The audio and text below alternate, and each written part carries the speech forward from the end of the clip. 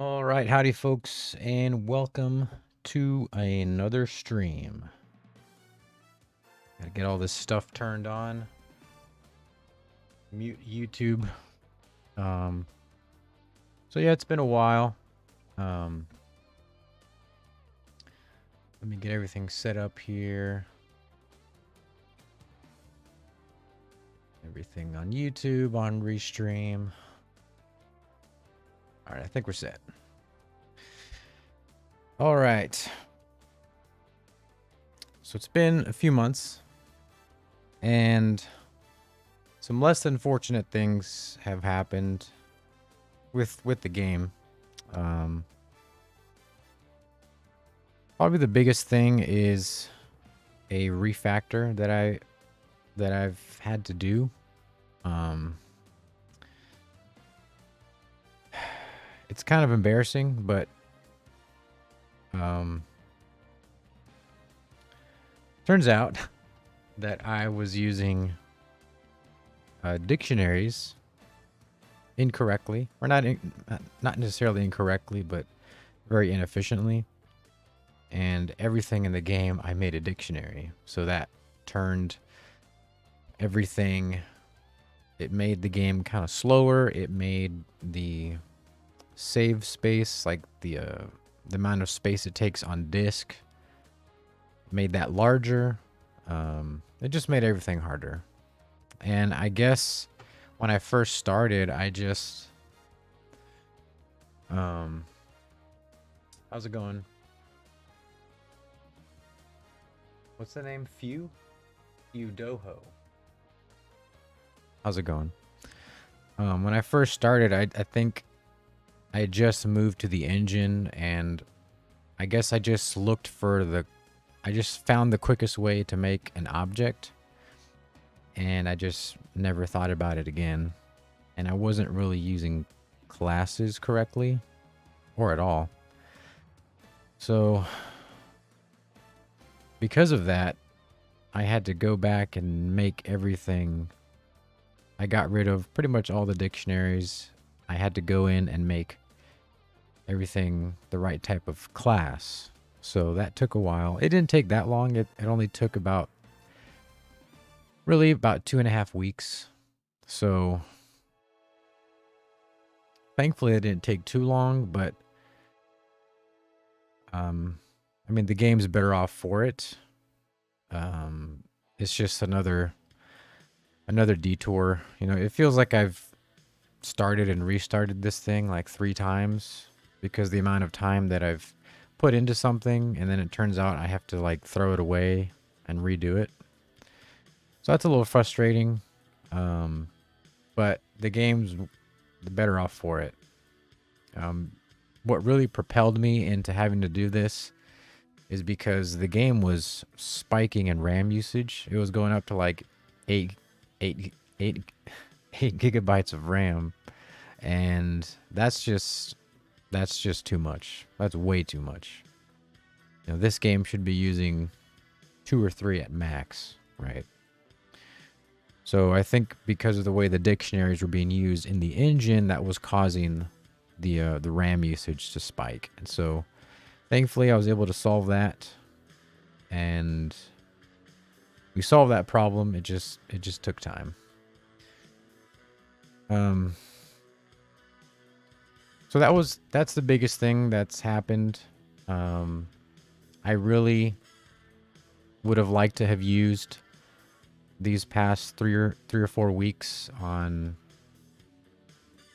really finishing all the logic for, you know, the high school, college, and professional team tasks.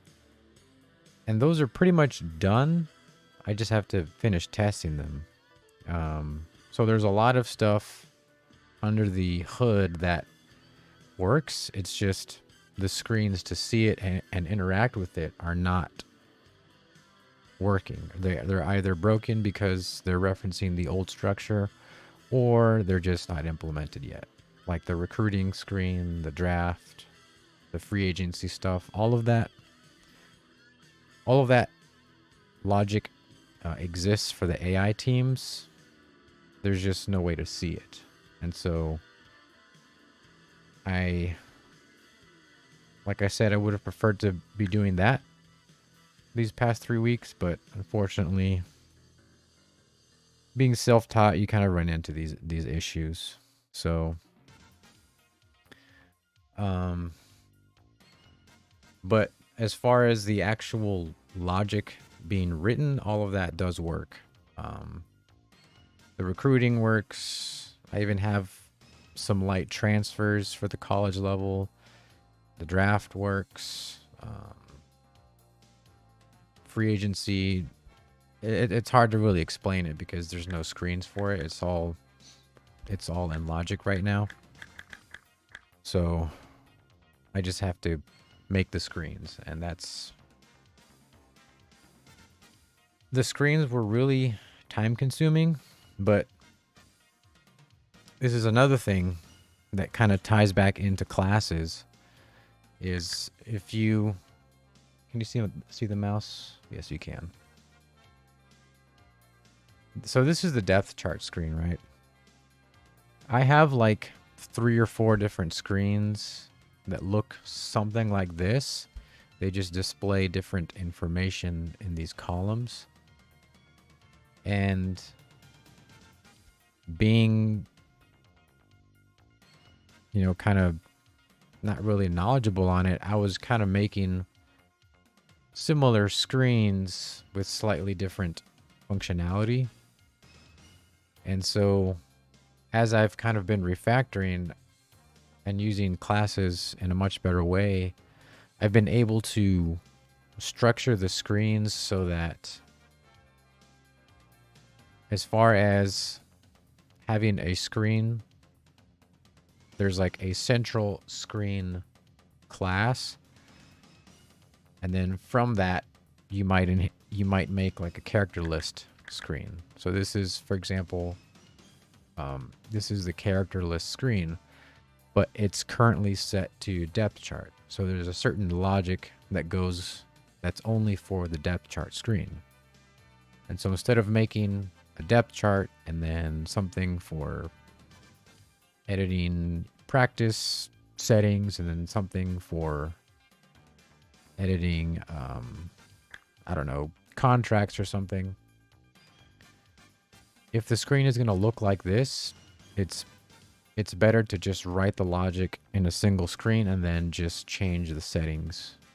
So right now this is the depth chart. If I go back to here,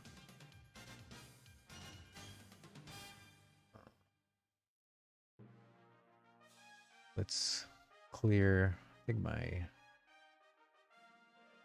screen was stuttering a little bit. I think it was because I had YouTube open.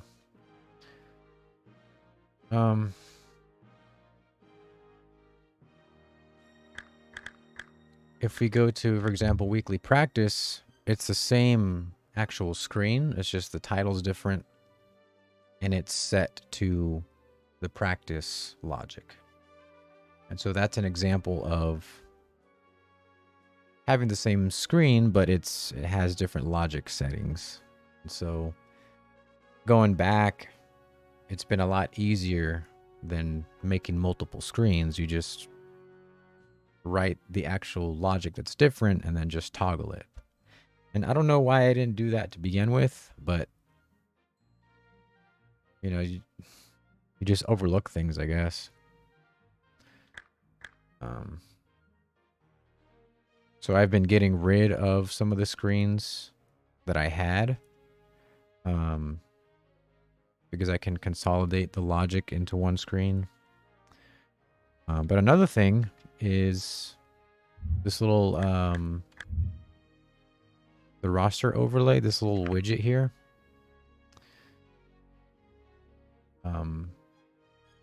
This little UI thing kind of helps get rid of certain screens, because, for example, I had a coach duty screen, and then I had a screen to just look at coaches, and instead of having 2 separate screens, now I just have one coach's screen, and then I can change the duties with this little overlay. So to illustrate that, here's coaches. And the skills generator is still kind of off. So if I hit this button here, view says, glad you figured it out. I figured out a lot. It's just time consuming, you know.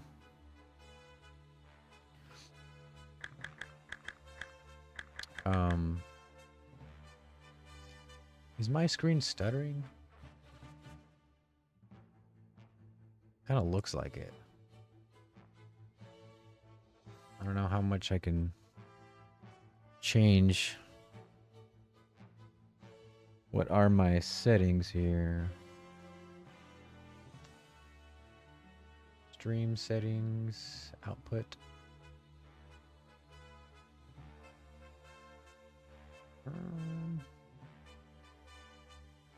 Set to 35.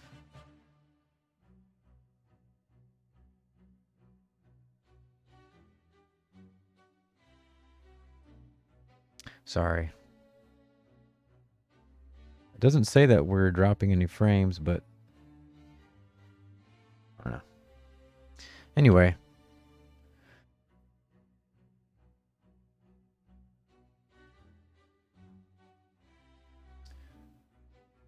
Yeah, guys, if you can, let me know if the stream has been stuttering. 'Cause it definitely looks like it on my end.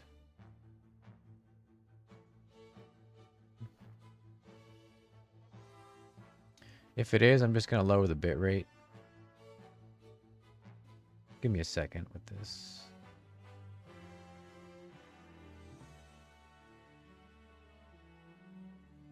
I mean, YouTube looks okay.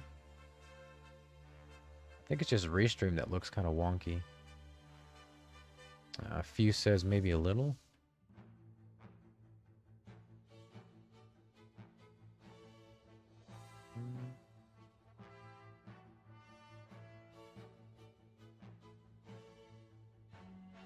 I don't know. I'm watching it. It's not really... I don't know. Well, if it gets really bad, we'll do something about it, but...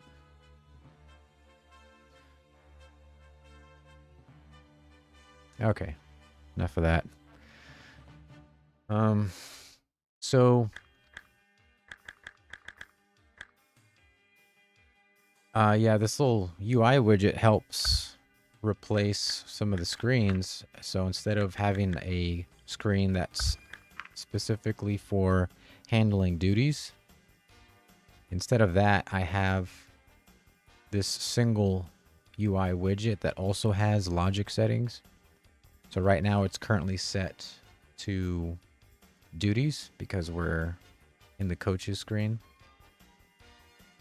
And so you can see we're currently looking at the offensive coordinator. And so you can tell, okay, these are all the offensive coordinator duties. The ones that are lit up are the ones that they currently have. And you can tell that they only want 3. If, let's say that we wanted to give him scouting, boom. Now he's in charge of scouting. And then to undo that, we would go back and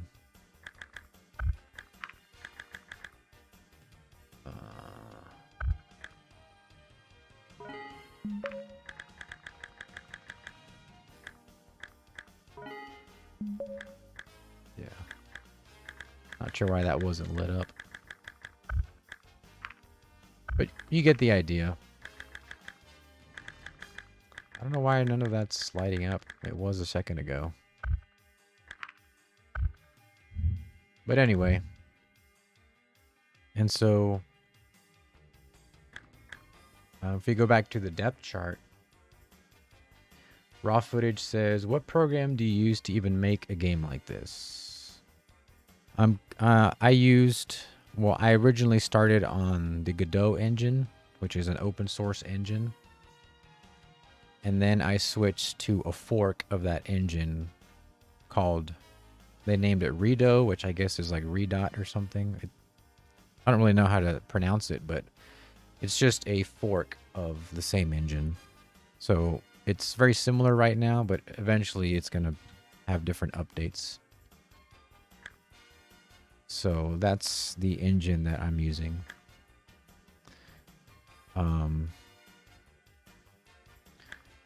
So we will move on from the talking about the class refactoring and all that stuff, and talk a little bit about some of the roster overlay stuff I was talking about. So there used to be coach actions and then coach abilities. And as I was going through the refactoring, I realized that abilities and actions weren't that different.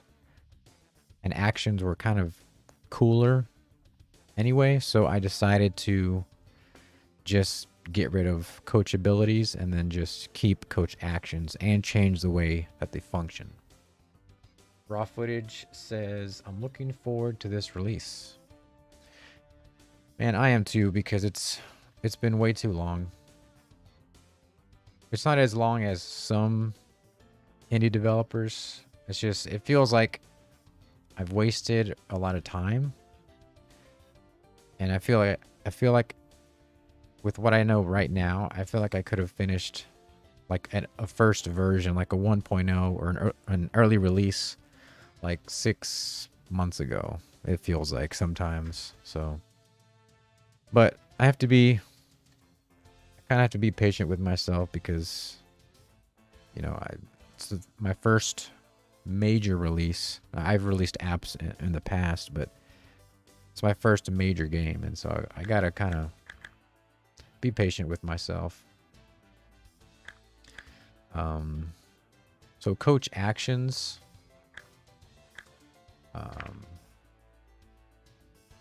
The way coach actions now work is that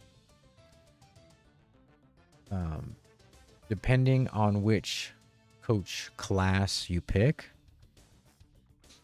that determines which actions you start out with. Now you can unlock all of these, and we'll probably add more later on. But only certain coach classes start out with certain actions, and you start out with 2. So you might, like if you're the manager class, you might start out with these 2. If you're the traditional, you might start out with pep talk and extra practice. If you're the charismatic class, you might start out with pep talk and something else, right? And then there's other class perks that come along with that. But just for coach actions,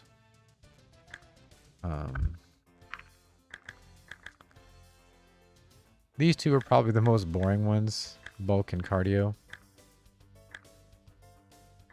It's just having to do with weight. I used to have a weight training room screen, but it was kind of complicated, and so I just threw it out. I don't have to mess with that anymore, and instead, managing weight is just going to be a coach action that you can use every week.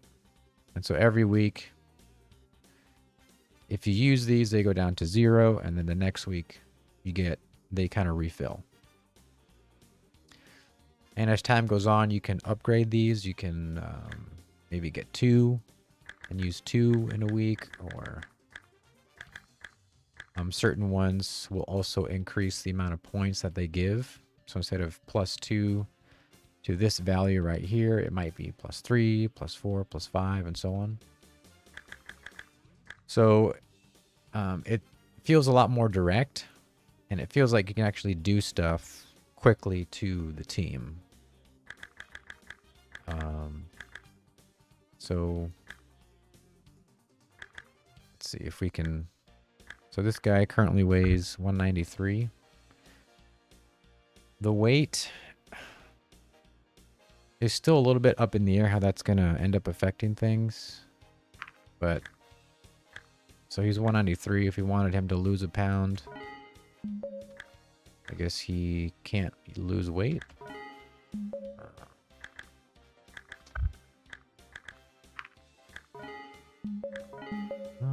Why doesn't that work? Fucking cardio. There's probably something else going on, but for example, if it was extra practice, he would get +2 experience. If it was pep talk, he would get +2 morale. If it's physical therapy, he gets health. Playbook lesson, he gets install. If it's scout, then he gets this value right here, hidden skill. So those are the only actions currently in the game. And like I said, I'm sure we'll add more as time goes on. But it's a neat little thing that lets you kind of tailor the roster to your needs. The grading, I think, is a little off right now. But if you do control the depth chart, which I currently do, I control both sides of the ball right now, you can change the grade. So typically, if you let the AI control it, they'll grade the player according to their own preferences, which some of them are already, but some of it doesn't quite make sense. Like this guy, you know, his ratings are pretty low, and so he probably shouldn't be an A.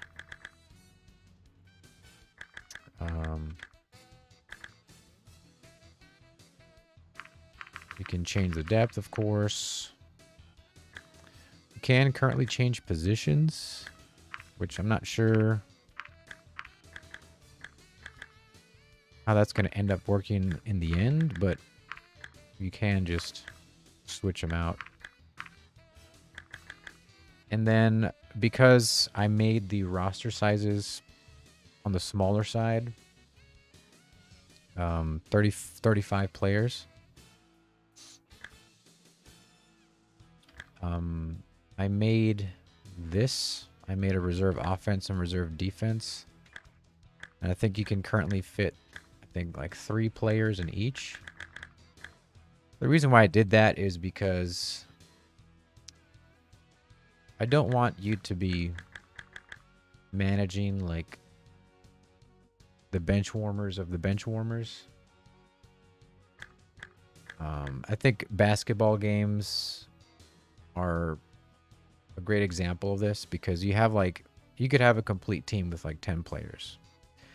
And so you're intimately familiar with all the details of the player. You know what their ratings are, you know their impact on the court. With football, there's 11 guys and you have 50 plus players, and it's just, you kind of lose that knowledge of each player.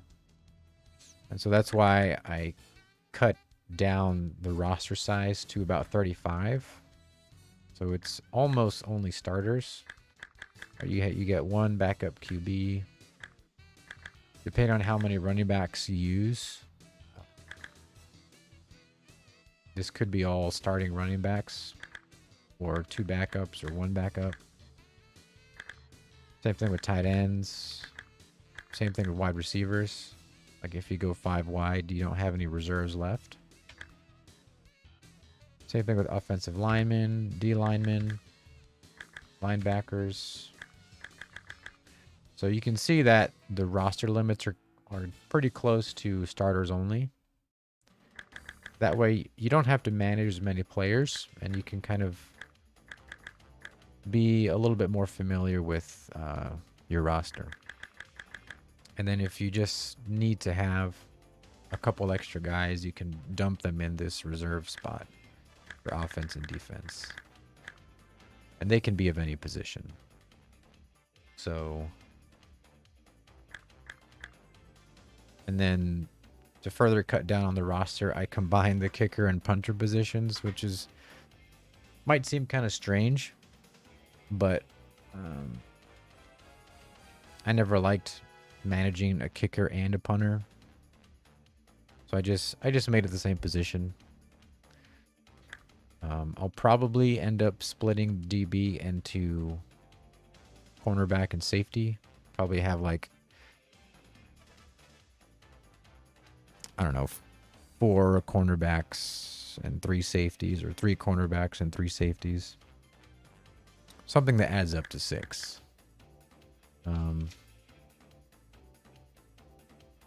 So that's kind of what the roster is looking like.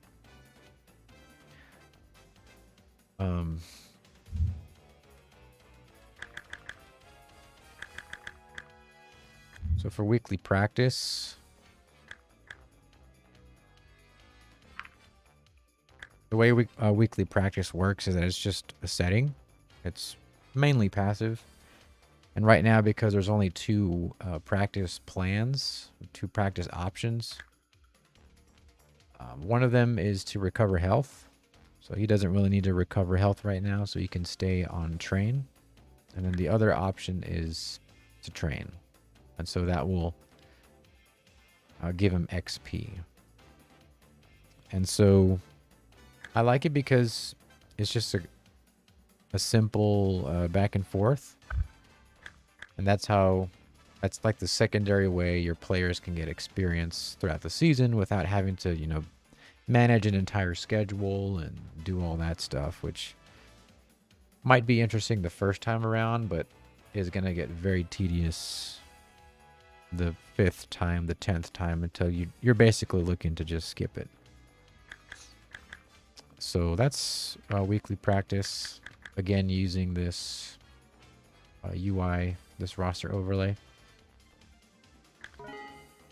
So I switched him to recover, and you can see right there. And so before the game simulates, it'll run the recovery plan for this player individually. And right now they're all defaulted to train. But once the practice comes up in the logic, the AI will change their plans to their own preferences. So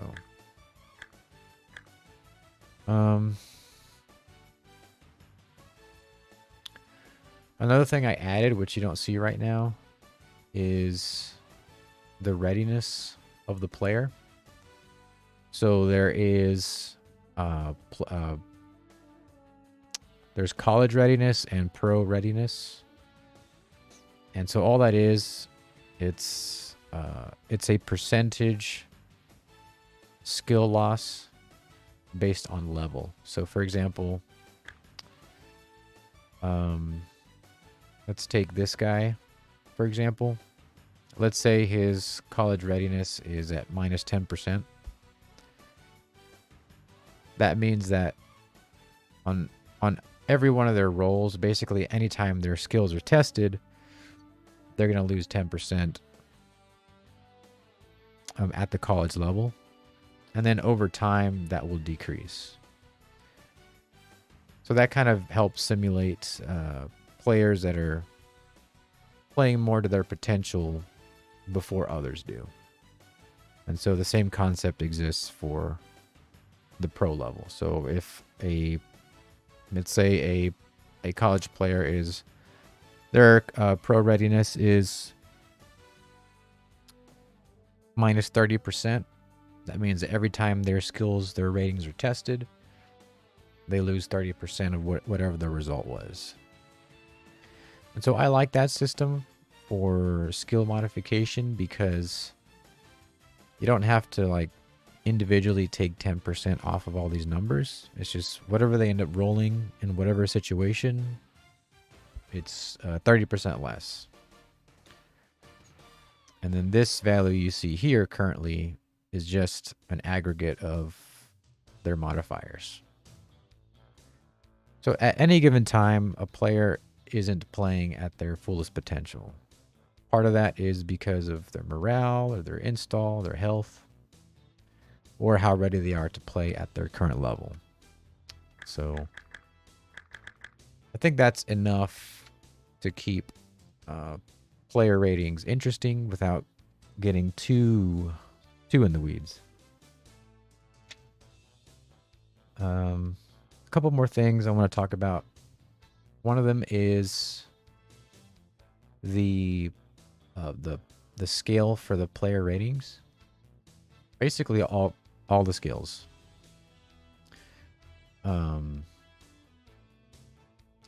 Uber Sports Network says, why is it called 98? It's called 98 because it's set, or at least visually set, in the 90s, the late 90s. Or really just, it's kind of ambiguous 80s kind of 90s thing. So that would be the reason why it's called 98. It's sort of a new old game. I like the idea that I like the aesthetic qualities of older sports programming and graphics and design. And so obviously I stick pretty close to it with the visuals. And you can't see it right now, but I have a basic like a basic recap show. It's not current. We don't currently have access to it. I could probably show a video of it though. And it looks as close to a 2D version of that I could make. But you can see up here, week 1, 1990. So to make a long story short, it's set in the 90s, and that's it. Yeah. So what was I talking about? The practice. Oh, the player skills, the ratings in general. So I've been going back and forth on this issue of what should the scale of ratings be. I initially started out with the standard 100-point scale, and then somewhere along the way I switched to 30 points. And then I switched back to a 100-point scale. And then I was thinking about it more and more, and I switched back to a 30-point scale recently. The reason for this is because with the formula that I use, the difference between each point is going to be larger compared to a 100-point scale. So if you think about it in terms of 100%, the difference between 8 and 11 is not 3%. Each point is going to be several percentage points. So it's a little bit more like your more traditional RPG games where they might have like a 20-point scale or something like that, to where the values are actually not changing very often. And so the players or the characters kind of have more of an identity of their skills. It's not always fluctuating. So I really like that, to where players have more of an identity, and they do obviously get better, but it's not like you're gaining like 40 or 50 points over the course of their entire playing career. It's more like, you know, if this guy has an 8 in charge, by the time, if he gets to college, let's say, which he is in college, so by the time he gets to pro, if he gets there, he might get to like 12 or something, depending on the player. So it's not a lot.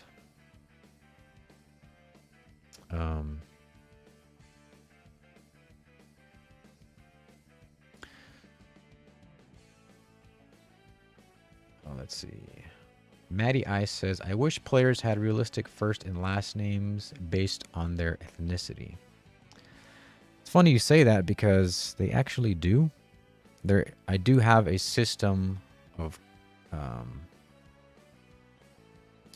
it's not quite race, it's just more like color, because different colors could be multiple ethnic groups. So I'll talk a little bit about that. There's 4 main colors. There's white, black, brown, and Asian. And so those 4 groups default to I have like a database of 60,000 names thereabouts. And they're all subdivided by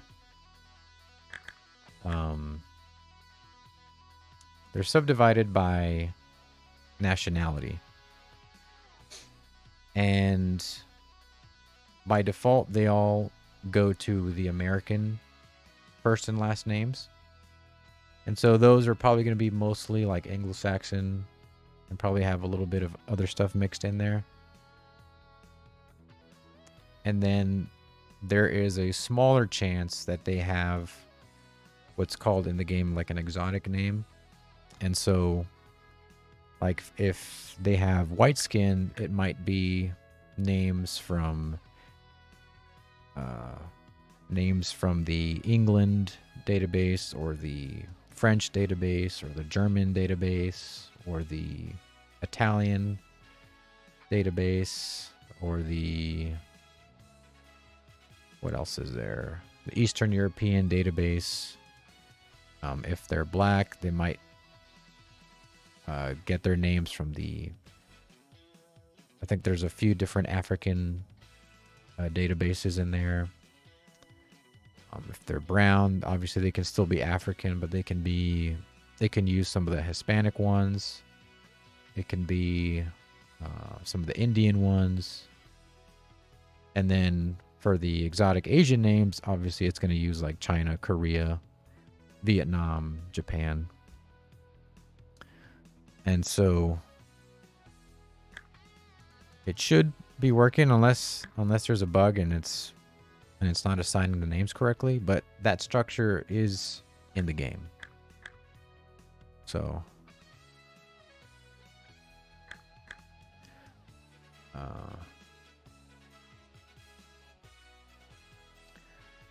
Love Drop says some of these names are whack. Kenny Conic says, so this game encompasses college and pro. Yes. Really, it's high school, college, and pro, but I'll talk a little bit about the high school in a second. Maddie Ice says, no black player should be named that German name. I would agree. I don't know if it's, like I said, there's tens of thousands of names. I don't know if this name is coming from, I don't know if this name is in the American database. If it is, then that's why it's there.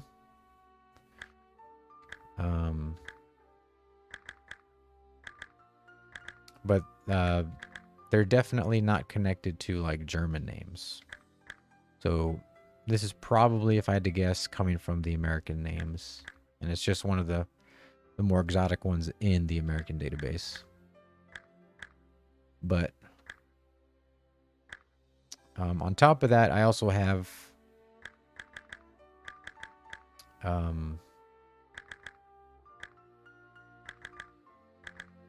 these names aren't that bad.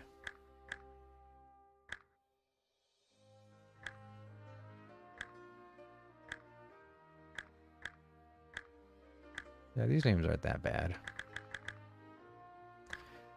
You're not going to find a lot of John Smiths, which I do like. You're not going to find any white Tyrones or anything. So, if I had to guess, that this name has to be just one of the ones in the American database that are more exotic sounding. But there is a structure behind all that.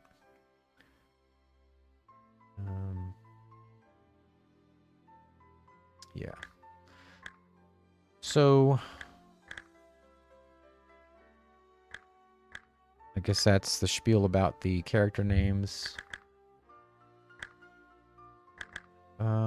What else do we have that is actually new? I mean, I guess the history, I had to redo that. It's still a little bit wonky. Some of the things are not quite counting correctly.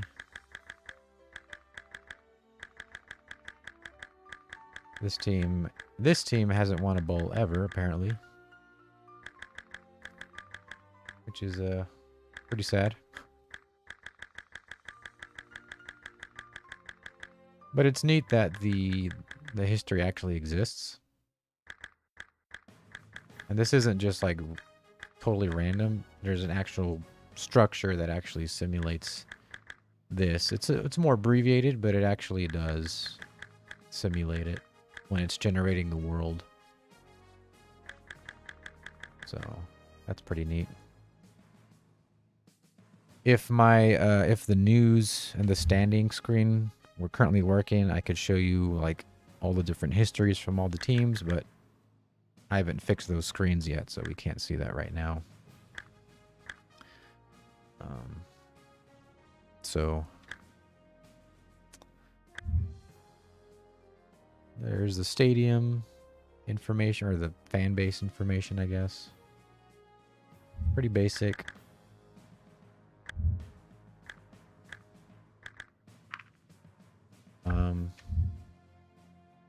So if I can finish talking about the skills, the difference between points is greater, and so it's easier to make a decision. If you ever played pretty much any other sports game that uses a 100-point scale, and pretty much all of them do, the difference between, you know, a 75 and a 76 is probably going to be very little. And so instead of having to make those tiny distinctions on numbers that are constantly moving, I kind of like the smaller scale effect where you see a 1 and a 2 and you automatically know, okay, 2 is objectively better than a 1. And so you obviously still have to take into account multiple numbers when you're evaluating players, but their differences are more, it's a higher contrast evaluation. So there's less gray and there's a lot more black and white. And with the formula that I use,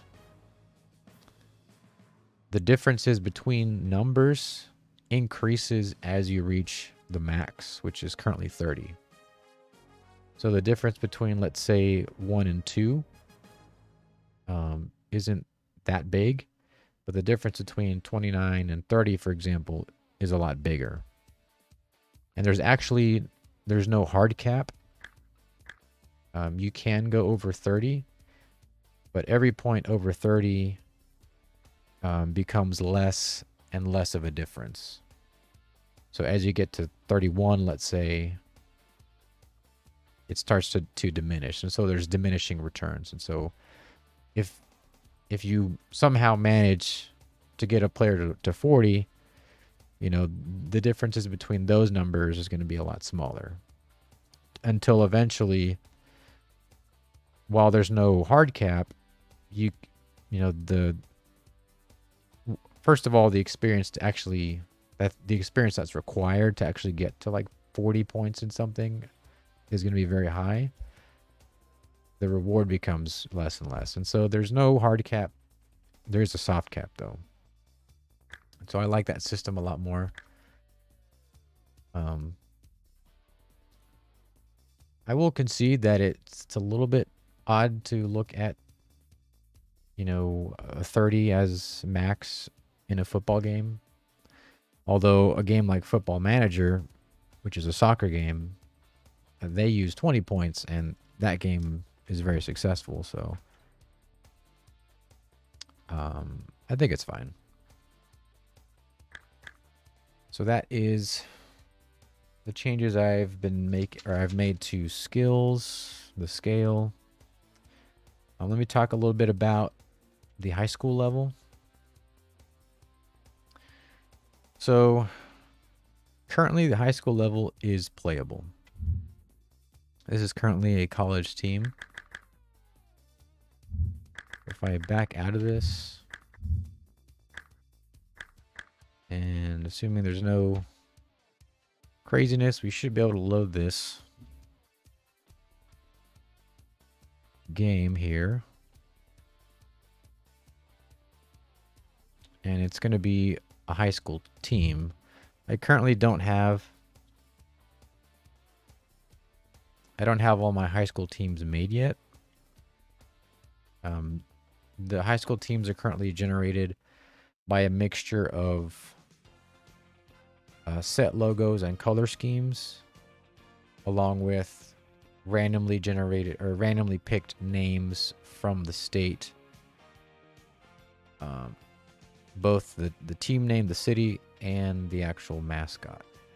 So it's not totally procedurally generated, but it's partially. Valium says, as someone who loves to manage really terrible teams in Football Manager, I certainly wish we had more numbers than 1 through 20. Well, in this game, there's 1 to 30. And I guess it's partially because I'm trying to... the whole idea of this game is that it's an RPG game. That's kind of changed a little bit. It's going to be a game that is kind of a PS1 type management game with some RPG elements. And so that's kind of what I have to stick with just to get this out the door and working. And then in subsequent versions, I can really work towards making this what I really, really want it to be, which is going to take more time.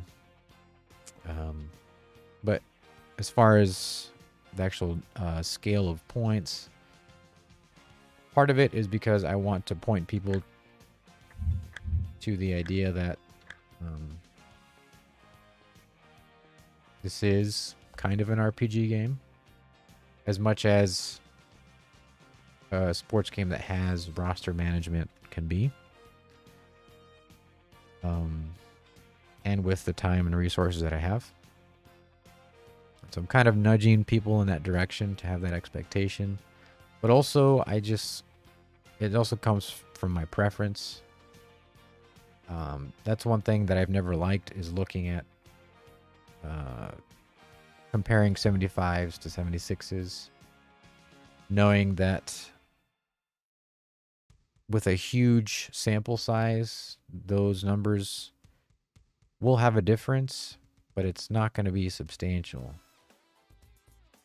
And so I prefer it to where there's a smaller scale where each increment is a bigger difference.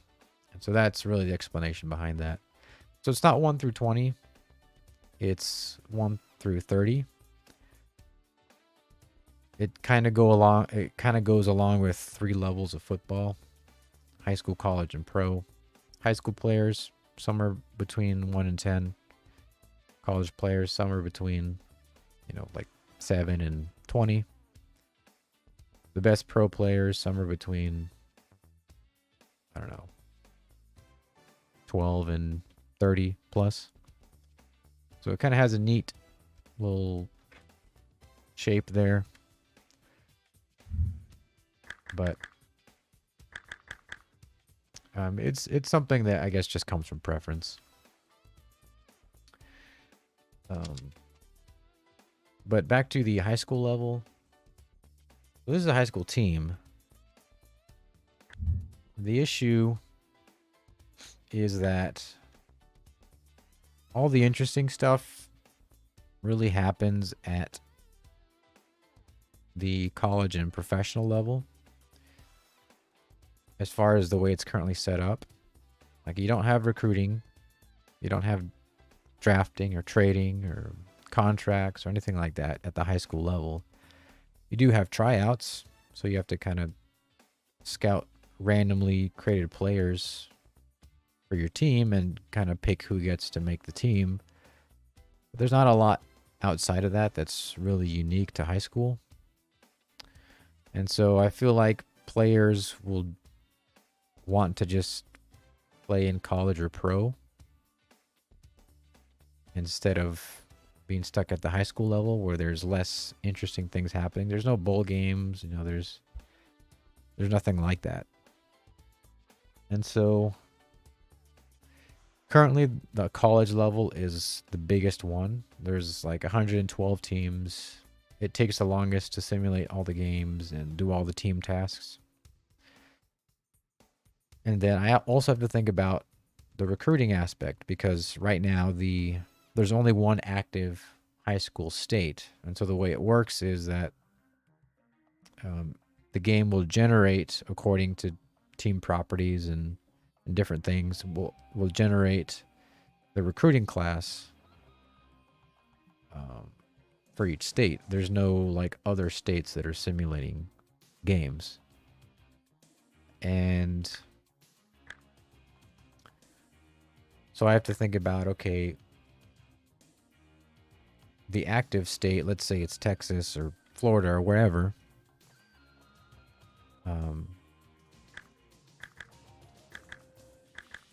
like if any of these players are good enough to play in college, you'd want to see them in the recruiting class. And so I have to kind of gerrymander or jerry-rig some of the players that are good enough to be included in the recruiting class. That's pretty much the bulk of it's all generated.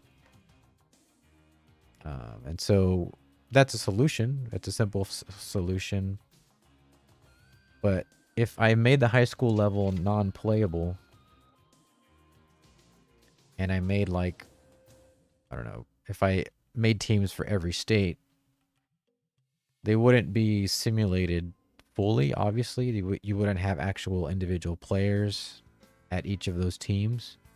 Or you could have like scores and you could have team histories, and then you could have a fully generated or a fully simulated high school level. It just wouldn't be to the detail of college and pro. And so it would kind of be more of a cosmetic thing to where you can go in and see the high school scores, the recruiting classes, the players are actually from those team names. But other than that, there's not a lot of depth there. And it wouldn't save a lot of resources as far as simulating, because there's not a lot of high school tasks every week. There's some, but it's probably the lightest one. So if I just cut that out, it would save some on processing time. So I'm kind of leaning to that direction. And then just making a more fleshed out world in a subsequent version. So that's kind of what I'm looking at as far as having the 3 levels of football. Just cutting out the high school level as a playable option for now. Because the way it currently works is that if I load this up, see how it's the start year is 1990. You can start anywhere from 80 to 90. I set it to California. There's the date generated. I don't have a loading screen here, so it just freezes for a bit, which I'll fix later. But when you create a coach, you can pick the position you start in and the level. So if I set it to pro, it would, set me to pro, obviously. Valium says, franchise hockey manager does abstract the youth levels pretty well. You don't get to see matches, but players do move between the levels and generate some stats. Yeah, what I'm learning is that I've always been of the belief that it's all about the illusion. Like, obviously, we know that none of this is real. It's just a game. But none of this is actually happening. But the more that the game helps you believe in the game world, for me, the more fun it'll be. Now, some people just like the outrageous stuff, but I'm not like that. I need to see realistic career arcs. I need to see realistic coaching tenures. I don't want to see 15 national championships in a row and all that kind of type of stuff. I need to be very grounded for me to suspend my disbelief to really, buy the illusion. And so, in order to do that, you only have so much CPU power, especially any given person's random computer. They don't have monster computers. You can't assume that. And so you have a limited amount of CPU power to make the best illusion possible. And so there's really meticulous ways you can make everything very detailed and elaborate and accurate, and then it'll just wreck the CPU. So every little thing is going to take 10 minutes to process. Obviously, we can't do that, and so I kind of have to keep in mind that there's ways to keep the illusion while saving processing power. And so that's kind of one thing that I'm thinking about doing with the high school level, is just abstracting it out. Valium says, speaking of grounded, where are you with making a competent AI that doesn't need to cheat? I would love Football Coach College Dynasty if the AI actually knew how to put together a good recruiting class.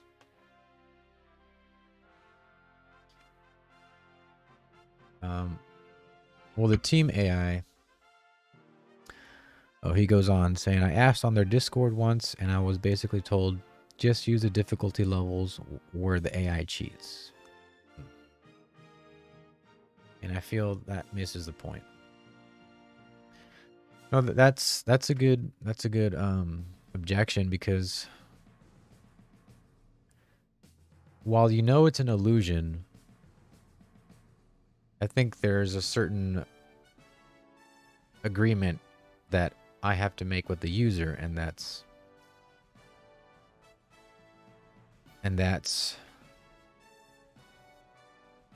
I want this to be something where they can suspend their disbelief. Okay. In order to do that, they have to know that the stuff that they're doing as the user, going through their teams and moving players around and all that stuff, isn't going to be violated or thrown off because the AI can just create a player out of thin air that wasn't in the recruiting class in order to make up for shortcomings, or in order to make it really hard for you.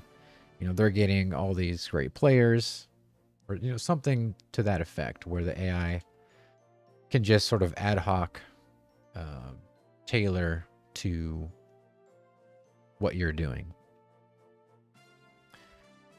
Because we want it to be more like a user. It can't be identical, but it can be more like a user. In this game, the AI doesn't. There's no point where they can just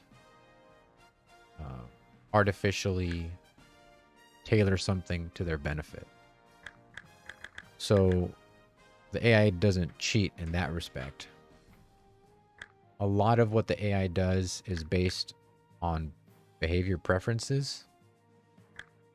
So let's say that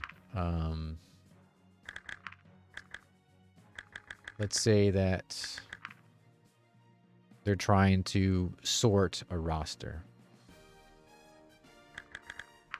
the way that the AI sorts the roster is it does it by the preferences of the coach. Which particular skills do they prioritize over the other? You know, do they, how much weight do they place on the number of special abilities? What traits do the players have? And it sounds like it's really complex. It's really not. But I found that to be the quickest way to get to something to where the AI is not always operating optimally, and they're operating more like a user. Because as the user, you may not necessarily be able to make optimal decisions every time.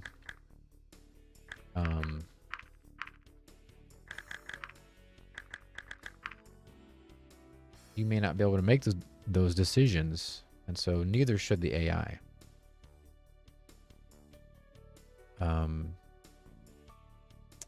The way that it would have to kind of build on that is it would have to be able to have a larger overarching view of where the team is.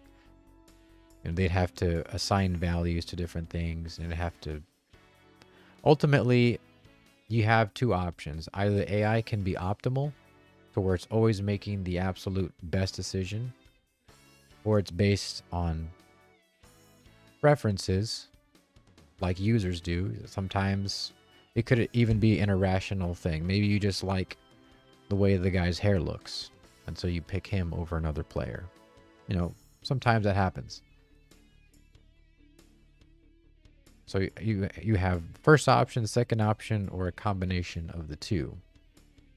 And so right now it's currently the second option, to where all the AI stuff is based off of preferences. And then from those preferences, what are the values going to be?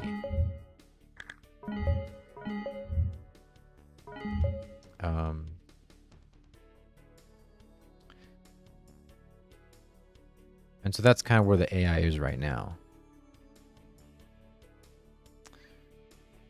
Valiant says, but could it operate more optimally if need be? I guess it's because I don't exactly know what exactly would be optimal in every case.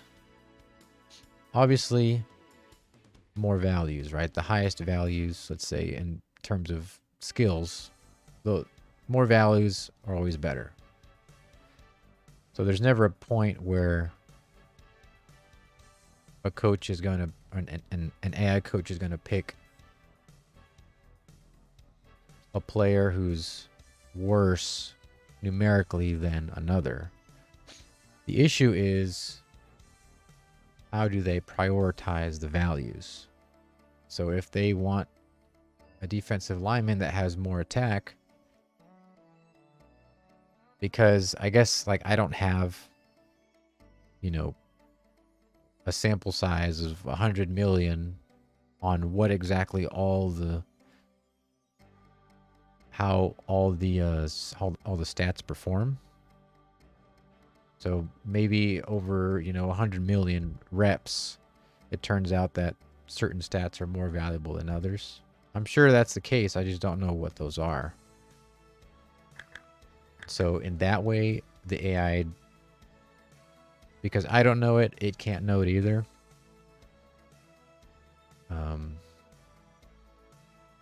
But it operates optimally according to its preference, if that makes sense.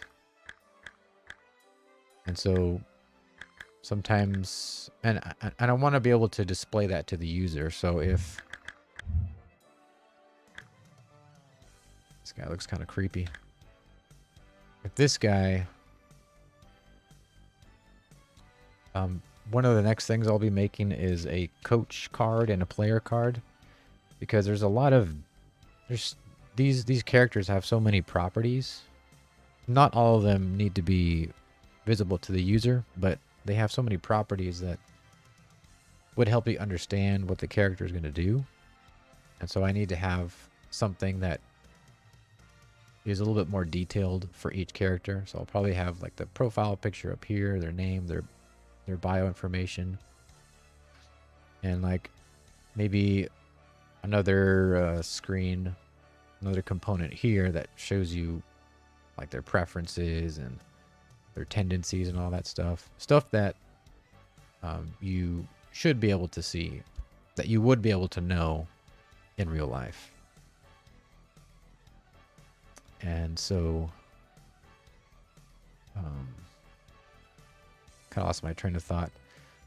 Basically that I want the characters to be able to operate according to preference, to where they don't all act the same.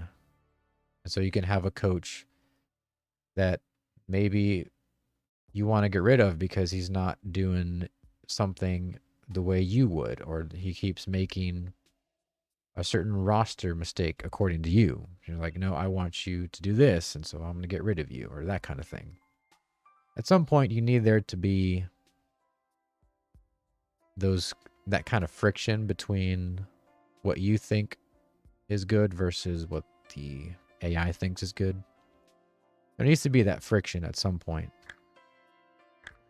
And so I think using preferences is the easiest way to create a believable behavior pattern that isn't using tons of CPU resources to make a lot of calculations. I know somebody who was making a management game for football, and they had a really cool I think they were making a draft class evaluation thing. And so every team went through every single player. I think they took every player and like temporarily took their values and compared it to the team and looked at all the changes that it would make. Okay, how good would it be if we added this player? Okay, how good would we be if we added this player? How would the values change? And so it was meticulous, every single player in the draft class. Boom. The issue was that, and so the product of that is that, you know, the draft classes were very thorough and investigated. The issue is that it took like 10 minutes just to do that one thing. And so do you want to have a 10-minute wait or more? 20 minutes? Because every single player needs to be evaluated. You know, it's tough because the more elaborate you make it, the more costly it is in CPU power. So there has to be a balance there. It's not always obvious what's the right choice. But I think the closest thing to me that I can make as a base is just make it based on preferences, and then, you know, try to tweak it a little bit more once I know how certain player ratings affect the outcomes. Because I know what they generally do, I just don't know exactly how they all perform over, you know, millions and millions of reps. So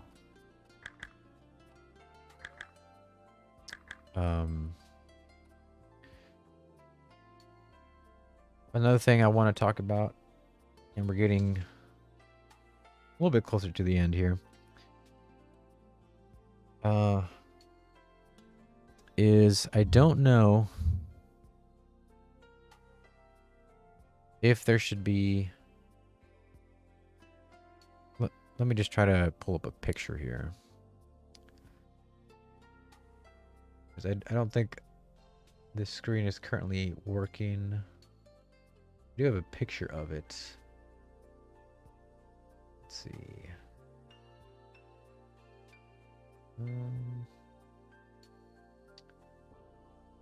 Where are we? The picture I'm pulling up is... Let's see. Okay. It is... Let's see if I can switch the screen to it.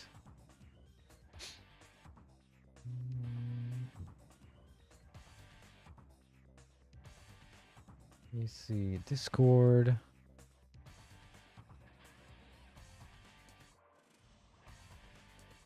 This one might be a little bit older, maybe. It's a little bit older, so some of the stuff is different, but this is the field cast. So it's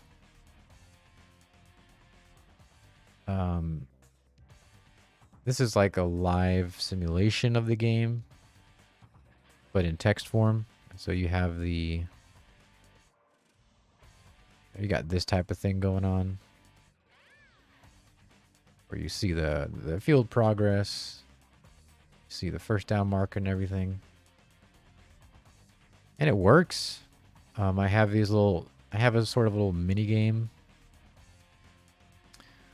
where you pick different dry strategies, and it kind of alters the percentages a little bit.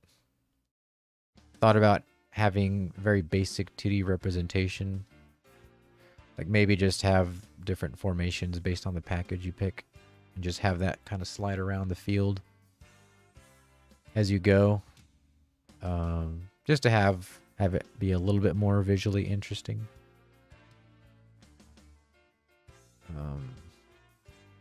So the issue is that going to be interesting? Because this hasn't been tested by anyone except me. I do feel like it does get a little repetitive. And so what I'm thinking about is, if this doesn't work, I can just not have user control and just have the user watch this play out. You know, however many plays at a time, or the pace of the game. And so you can kind of see the game, but it's all shrunk as far as time consumption. And so you get to see the results a little bit more interestingly, other than just seeing, you know, the score of the game at the end. So that's one option, is to just take away the little mini game at over the top of this and just have it be a simulation that you just watch. And the second option is to not have this at all. And that is, so you'd go from the press conference straight to the results screen. So if we go back to the game, Marquee PC Gaming says, "What's going on, Gridiron Masters? How's it going?" All right, let's go back to this. I'm assuming this is not broken, because I was doing this a couple days ago, so. All right. So this does work, looks like. This is a press conference. Obviously, the question text is not... There's no flavor text right now. It's just picking values. But all this is that it allows you to... You're kind of at the mercy of the reporters. So they might ask you a question, and that puts a certain thing either in jeopardy, or you can increase it. So there's only a couple questions. I don't want this thing to be very long, but I like the idea that there's the press conference is potentially a time for volatility. So you can have, you might gain points for a player, you might lose points for a player, and then the reporters are all different. So his chance for, or his, I guess he's more negative than positive.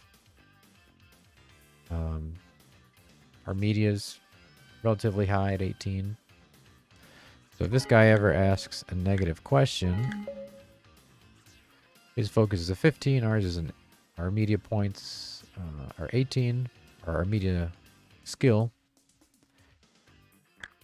What we can do is I have 6 media points, which is actually pretty high.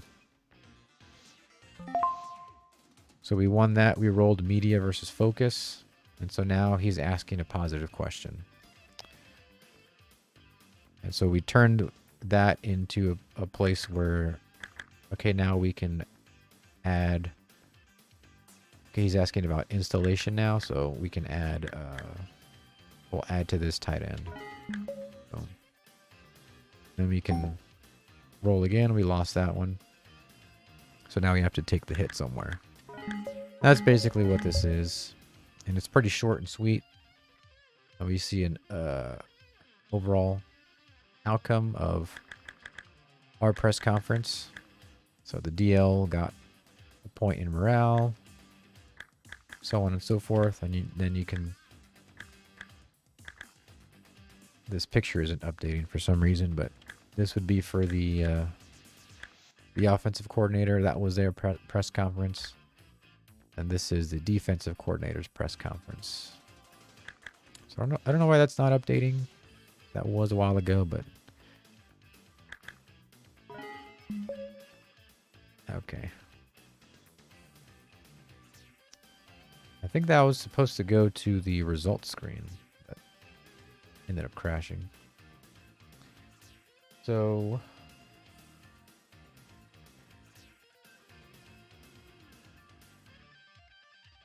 Alright. But where that would go is... That would go to the game summary, so it would have the team names and the scores and some of the stats.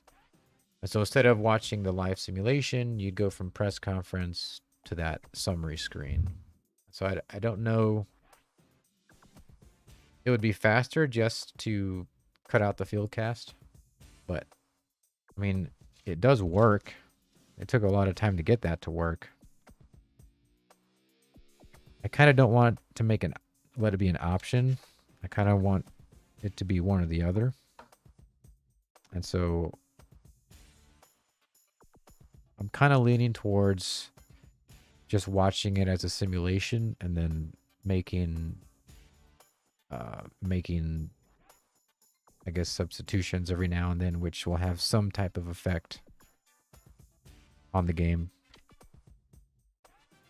This is all because I don't have the time or the resources right now to make an actual, like a live field simulation, 2D or 3D. Obviously not 3D. Later on, probably in the next version, or the next version of the game, I will be adding a field component, but just to get this whole thing off the ground, I left that out.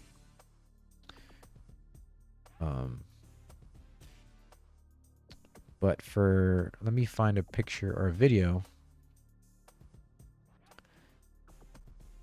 Let's see.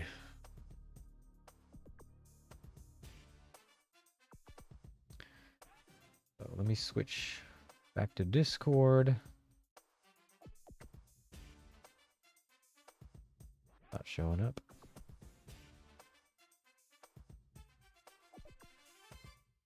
That's weird. Okay. Huh.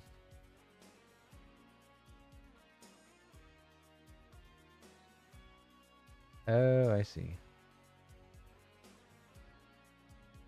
Where is that?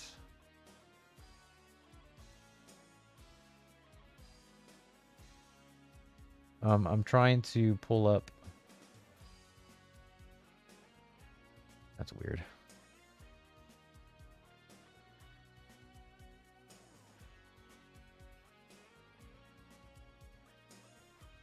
was trying to pull up the video of the last. It's a video of an on-field thing that I had going. Could probably pull it up just as a standalone video. Let's see. Recordings.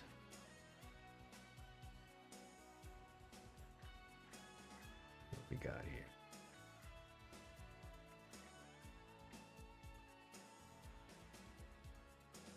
Yeah. All right. I think this is it.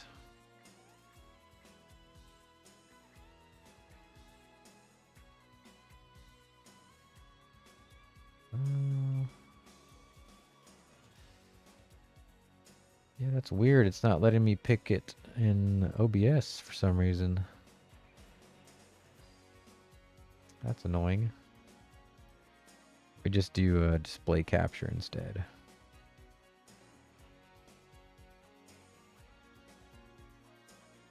Oops. This one. No. The other one. God.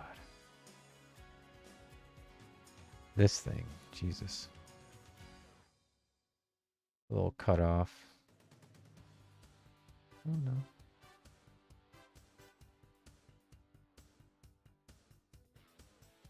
Alright, so I'm not currently working on this anymore, but I was kind of going for like a PS1 or N64 type of look to it.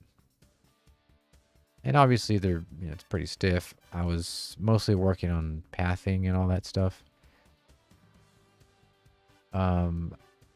I would really like for the engine to be more like Game Day on the PS1. That looks a little bit more higher fidelity.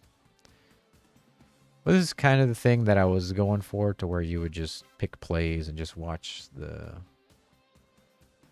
action on the field. But to get this to work and to work properly, and for it to be at all interesting, it would take time, and I don't really have the time to do that right now. And so we left that out. So that's why I'm kind of flip-flopping on what should the actual game experience be for the field. Should it just be you just see the fast sim results, or should you be able to watch the field cast simulation unfold play by play? Let's see. Okay, so I think the last couple things I want to highlight is I need to get a version out this year. My original kind of hope for a release date or an early release was in August of this year. And here we are in August. And instead of putting the finishing touches on the draft and recruiting and all that stuff, I'm stuck refactoring. So I think my strategy is going to be keep as much of the core idea of this little piece of my perfect vision as possible, and just leave other things out that don't really have to be there to make a playable game. And then I can have a roadmap of updates as sort of a live development. And so it would be a complete game, it's playable, and I would just add some things that aren't like huge modules to the game, and then I could get some of that stuff back in, and then that would be, I guess, the first version of this game. I feel like I can do that within 4 months. That's why I'm thinking about just cut out the high school level, just stop messing with it, it's gonna be more rewarding to put that time into the college and pro level than the high school level right now. So just abstract it out and be done with it. And then later on, a different game, I can make a more interesting high school level. Because there are cool things you could do to make high school interesting and unique. It's just at this point, it's not worth it, it seems like. So that's something that would save time.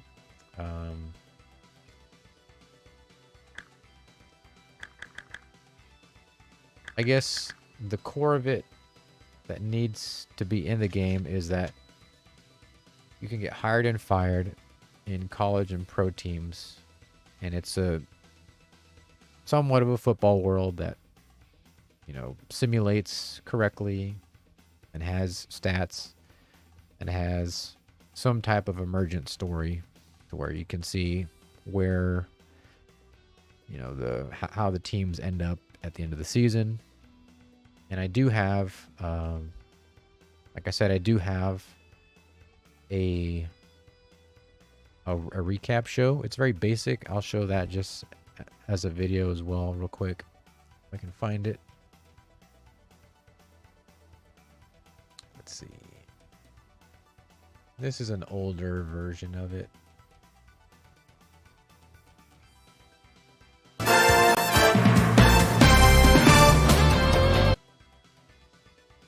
That was the video, I think. Oh yeah. Let me just mute the desktop audio real quick. So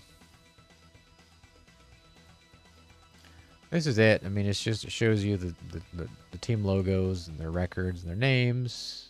Then they kind of go through, you know, they talk.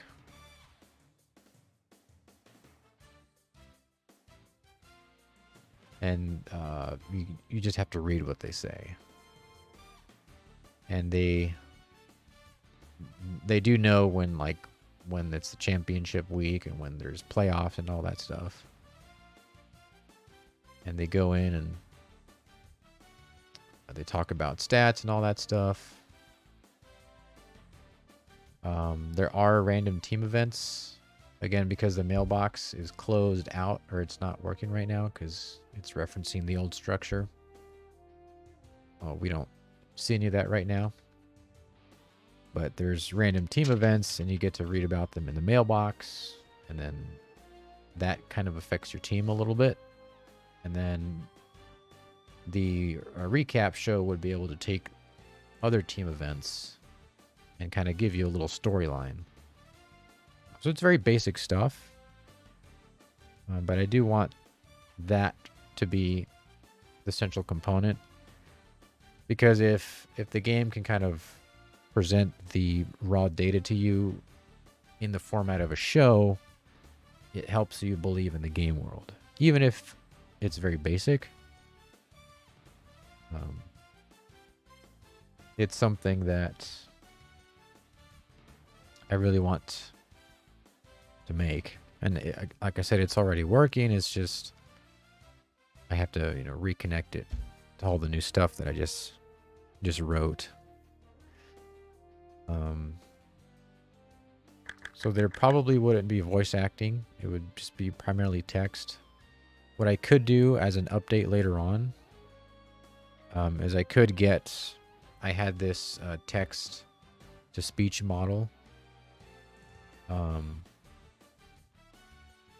that I believe the actual speech model, the voice model was, I think, AI trained, but it functions more like a regular text to speech, so it doesn't have to be connected to the internet.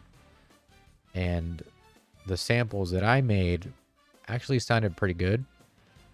They weren't robotic like Microsoft Sam, but you'd kind of tell a little bit that, okay, this is a little bit uncanny. But if I could get that, and it was also pretty lightweight on the CPU. So if I could get that speech model, I'd have to train up a voice that sounds more like a sportscaster, like a Chris Berman type guy. But if I could get that to work, I would definitely add that to the game. And so what would happen is that the way the recap show currently works is that it works in slides. So you can go forward or backward. And so it would have all the words that it's going to say as text, and then it would generate audio files for that text. And then when you go to each new slide, it would just play that audio file. And then once the next week happens, because these kind of stack up and they can get pretty hefty, it would just erase that audio file, or those audio files. That could be a cool way to get some type of audio in that wouldn't sound bad, and would remove the need to like splice different voice sayings together, and basically anything you could type, it would say. So that could be a little dangerous, but you know, that's outside of my control. But it would be a cool little system to where that's the one thing that I would have open for users to actually put in new phrases. So they could write their entire, they could write all the phrases, all the text pieces for the show if they wanted to. They could add hundreds or thousands of them. So that would be probably a more technical thing to achieve, but compared to making a live 2D or 3D simulation on the field, real time, it's actually easier, I think, and less time consuming, because there's way less moving pieces. So, Brand says, looks incredible. I love this, man. Well, I do too. I wouldn't be doing this if I didn't. Because it definitely drives me crazy some days. But, you know, I just keep going. Marquis says, hey Gridiron, I gotta go. I'm gonna make a YouTube video on my other channel. I'll hit you up later. Alright, good luck with that. So,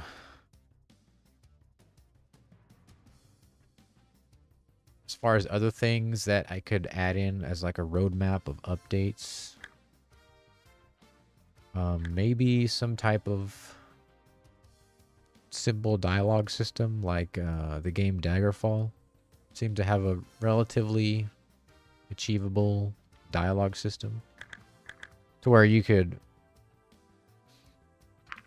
like talk to a player, and there'd be some type of game reason to do that. The players might have like memories of the game results, and you could go in and it'd have to be something that was actually a core part of the game design. It couldn't just be a cosmetic thing like you can go talk to Lawrence Fricks and then that's it. It'd have to be purposeful. But again, these are the types of things that I could add that are actually way simpler than making a field engine, that would both make the game more unique and not be overly difficult and time consuming. I can make a dialogue system. I could add, you know, the voice model to the weekly recap show.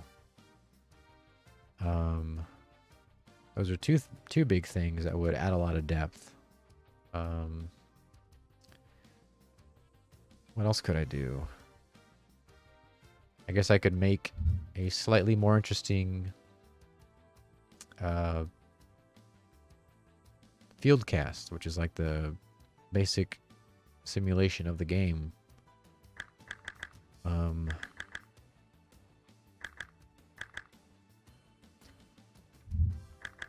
could I do?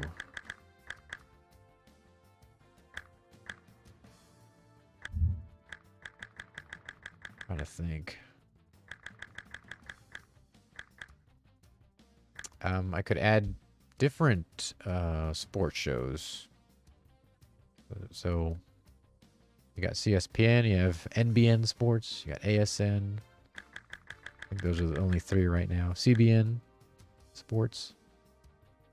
So I could have, you know, different shows that are just, maybe it's the exact same structure, but there's multiple characters, you know, instead of whatever his name was, instead of that duo, it's a different duo. Or maybe another show is just one guy, you know, or the format, the layout of the screen looks different, you know, to reflect that it's a different show. Or there's a show that focuses on something else. Maybe it's just headlines about team events instead of scores. There's a lot of things I can do in a roadmap of updates that are not overly complicated, that still fit the scope of this initial game.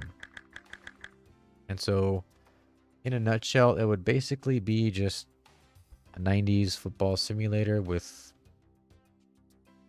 very light RPG elements that has a somewhat interesting football world and recap shows and different things.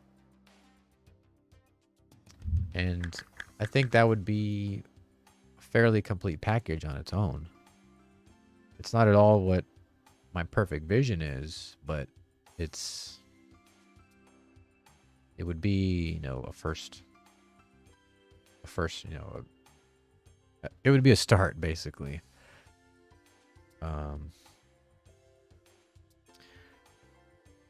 But that's kind of where the game is. As far as things that you see on the screen, there's not a lot new from stuff that's been in previous streams, mainly because I've just been doing all this work under the hood. But there's a lot more functionality and logic in the game, and better logic. It's just kind of retreading on the same general stuff. So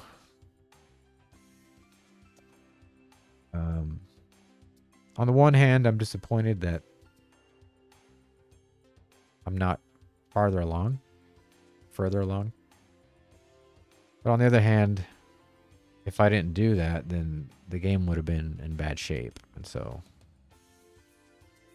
and the game even runs better now, thanks to doing that refactor.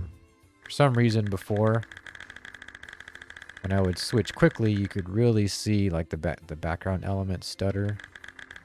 You can still see it move, but it wasn't anything like it was before.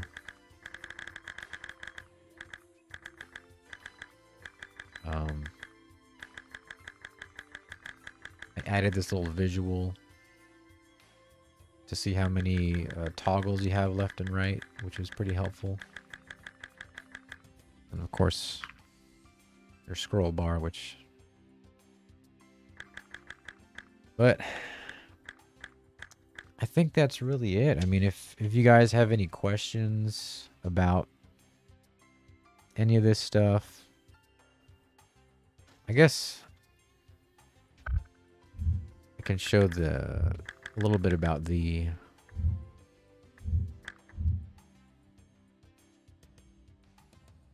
coach classes, because I kind of skipped over that a little bit earlier. And then if you guys have questions about anything, then I can answer that. And if not, we can just move on. We got Neil Morning here. I guess we can talk a little bit about the character creator. There's actually not that many options. There's maybe like 50 hairstyles, which is, I guess it's something. But as far as like the actual facial features, there's actually not a lot. And you still get a lot of variety. And that's something else that I want to add a bunch of hairstyles, a bunch of different head shapes, to where you don't see the same face twice. Or at least it's very, very unlikely that you would.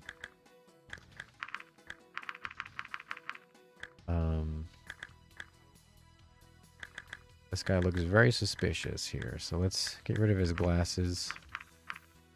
Let's give him some gold glasses. And the first, let's see,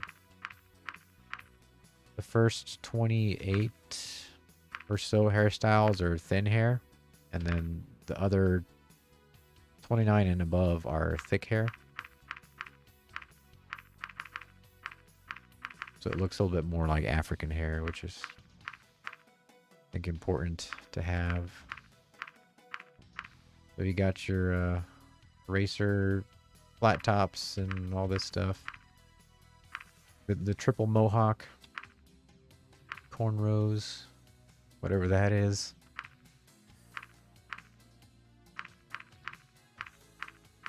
These are actually pretty easy to make.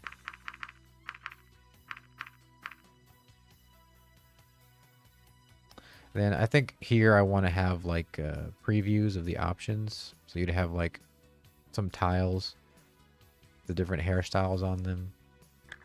And then something that tells you that you can change the color. Because you can change the color of the hair. Thought you could. Yeah. But not on the hair, on the other hair components. So the user needs to be able to see that. Of course, for your long hair and mullets and all that. Got your sideburns.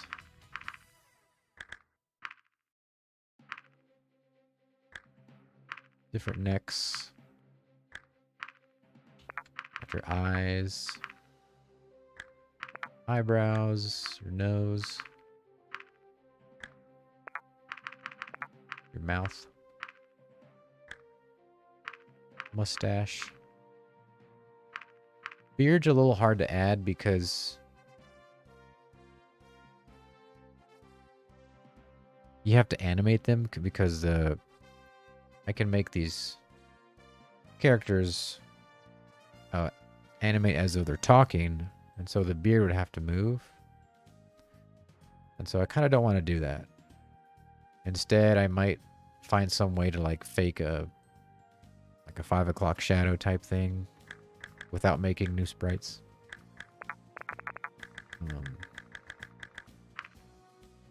The hat looks a little funny because you can just put it over the hair. But if you pick the right hairstyle, it kind of looks like a visor anyway. So I thought I'd just leave it like that. Let the user kind of pick how they want that to look.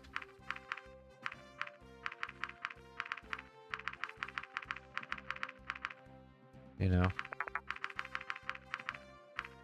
So with a lot of these hairstyles, it looks pretty good actually. So we'll just do that. There's Neil Morning. I really like this keyboard.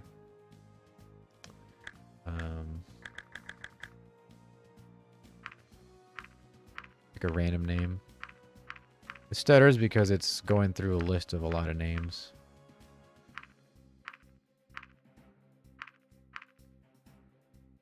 Imbrogno.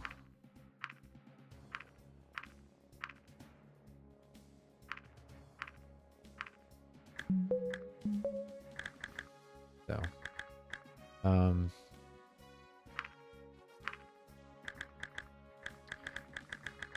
so I was talking about the coach skill class. So there's a few classes. You got charismatic, developer, manager, tactician, and traditional. Charismatic, you can see their starting actions. So pep talk and physical therapy will be the two that you can start using right away. The other ones you have to unlock. And pep talk starts +3 uses. So if you're a charismatic, you can, instead of starting it at 1, you can start it at +3. And then it can actually reach a higher max at +5. So you can be pep talking a bunch of people, which makes sense for the charismatic type. So in a nutshell, they're really good at managing morale. The developer is more focused on experience, and it's currently stackable if you have like coordinators that are also developers.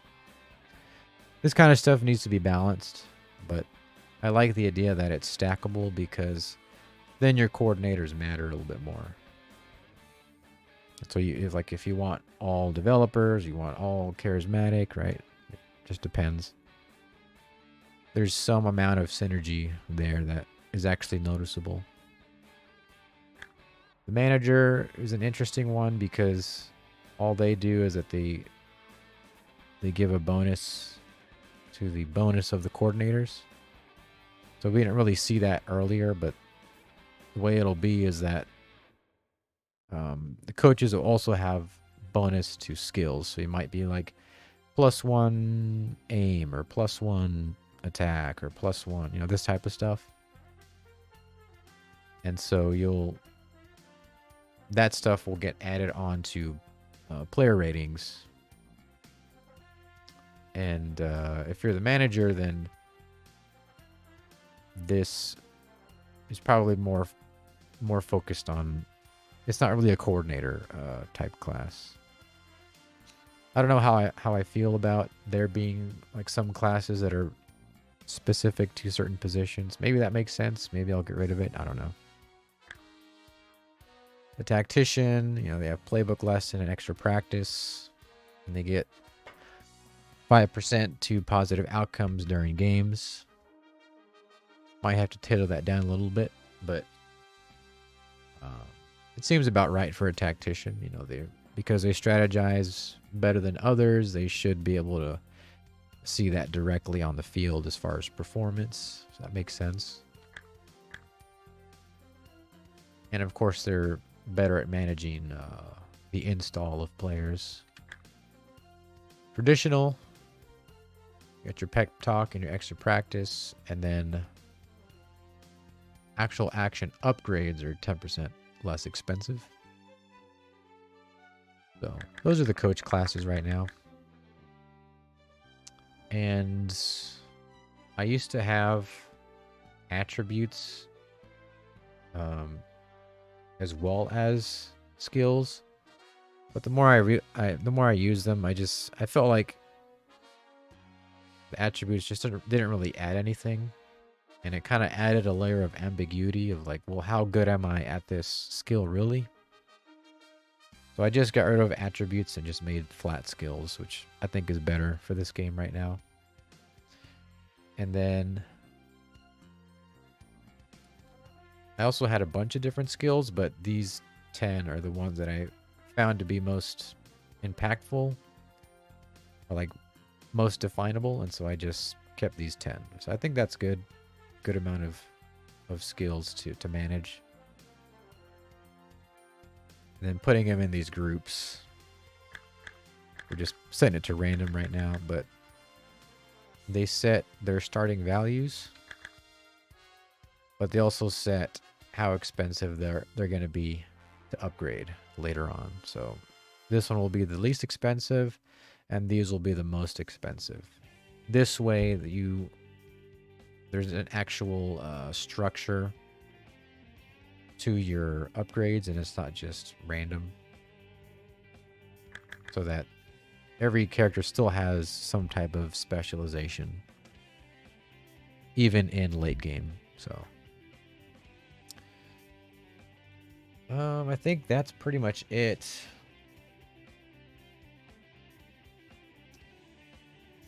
Unless there's any other questions, I'll give it a minute, see if anybody chimes in, but if not, we'll go ahead and wrap this up. We're coming up on the hour and 50 mark. I'll just probably give it like 5 minutes and just play around a little bit.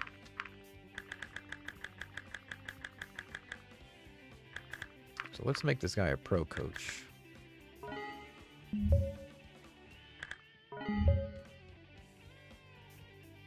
Oh yeah, these are the traits. The traits, every character has two, one positive, one negative. And so you're going to have to pick one or the other. Or you have to pick one positive and one negative. So if you're stoic, your morale changes are slower. If you're smart, your rate of install is higher. If you're tough, the impact from health events are lower. That's an interesting thing that I don't think has ever been in at least a sports management game of any type or any type of football game. Because I thought, you know, the players have health. Why not have the coaches have health too? That way they all have the same structure. So the easiest way I could implement health events is that every now and then, depending on, I guess, your toughness, maybe something else. Every now and then you're faced with an event, a health event, to where you might get a letter in the mail that says basically, you know, you had so-and-so health, such and such health event. It's going to cost, the medical bill is going to cost you this much from your bank. You can either pay the amount and give up this valuable resource, or you can take a health penalty. So your health will go down a little bit. And I think these will never go up again. So you could reach...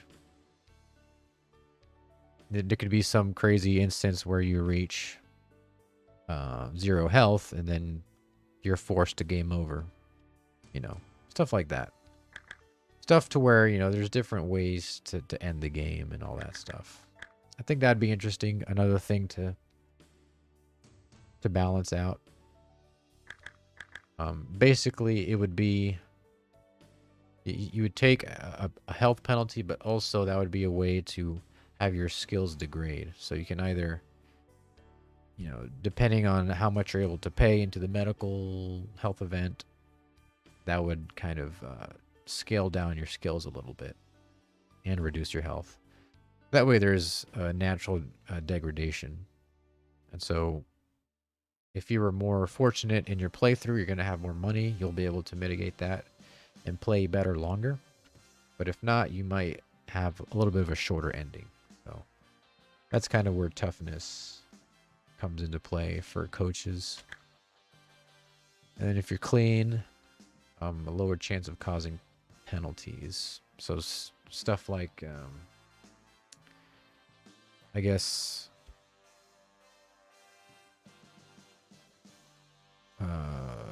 what's that? False start. So the players have a composure rating, and then coaches also have something that affects penalties. And penalties do actually affect you negatively, even in the fast sim. So the more penalties you have, the more they weigh down on the results. It's not going to be a lot unless there's just tons of penalties. But it's another way to just factor it in because it's realistic.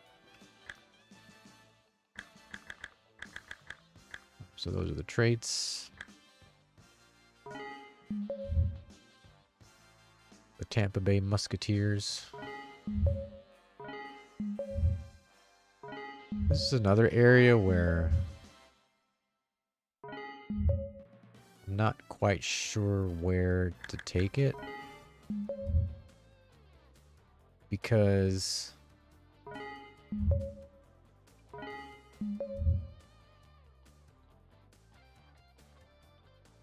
this thing where I'm going back and forth really isn't what I want it to be. I'd rather it be you make your character and then you go into something where you have to pick from certain teams that are available. Because I originally wanted you to be able to not have a job starting out. The issue is that there needs to be things to do, and for the scope of this game, I feel like there's really not a lot to do if you're not on a team. And so for this version, I'll probably leave that out. And then just kind of how like the old game days were, where you would start out and it would give you some of the lower tiered teams to play with. And those were your starting options. I'll probably do something like that.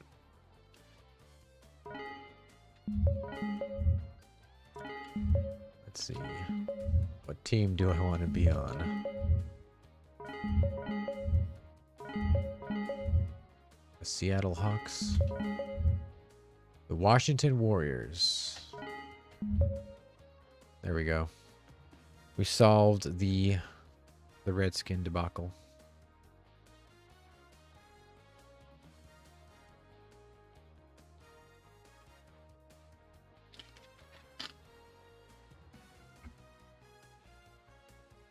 My loading screens are iffy.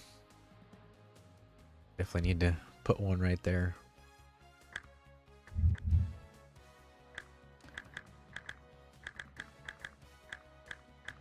What's cool is that with these older players, you start to see mustaches and all that stuff.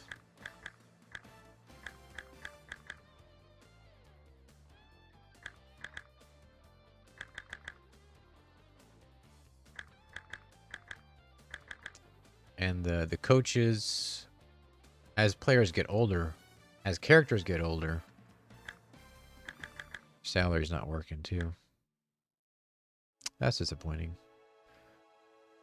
Yeah. You can see the salary cap right there. But anyway, as characters get older, the wrinkle layer on the face actually gets darker and their hair gets more gray. So there's actual aging, which is pretty cool.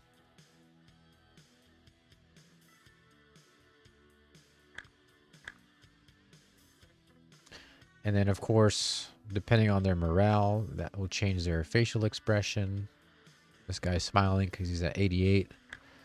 This guy's neutral at 62. Some guys will be Kane Puck. What a name. Some guys will be angry. I don't think we have anyone that's that low. Maybe this guy, 41. I think it has to be below 30.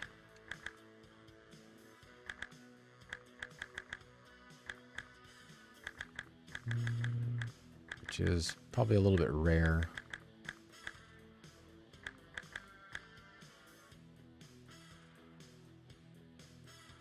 It's so funny to see the traits. Kane Puck is tough and dense. Clean and feeble. Clean and volatile. Tough and rough. Smart and rough.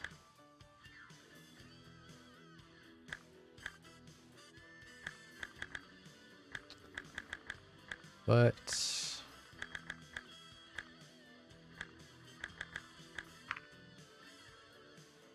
oh, we got different actions. Let's see if we can, if these work. If these don't work, then I must have made a change recently to where it didn't work. Let's find someone with low morale, like somebody that we can control, like this guy, Mr. Cartman here. So, can we pep talk him? Yes. He was at 70, now he's at 72 morale. And we use that up for the week. So next week, that'll be back at 1. Extra practice. He's going to get +2 EXP, as it says there.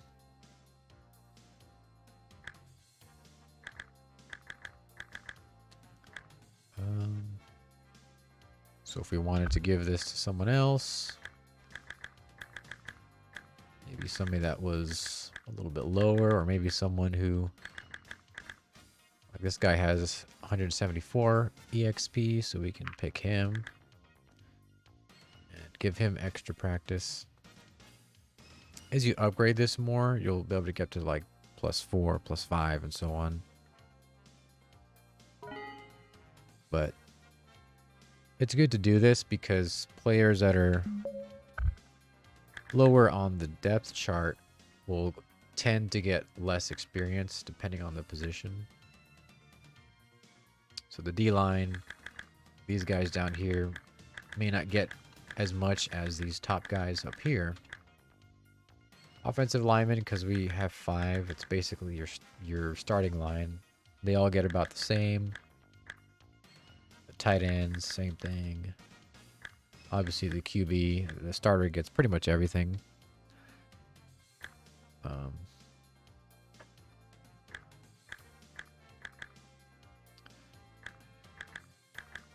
What else? I actually really like the fact that kick punter is a single position and not 2, because then they're a little bit more of a specialized position, like a quarterback. They have skills that no one else uses, really. So they have boot, place, pin, onside. There'll probably be a couple more later on. So his boot is pretty darn high at 25. Run back is kick returns. I had to find like single words for the skills that, because I hate having like long 2-word strings there. Protect and shield. And it's kind of an interesting name that you don't see very often, so. But I think that's where we're gonna leave it. Whoops. Yeah, that's why. Well, I guess that's a good stopping point.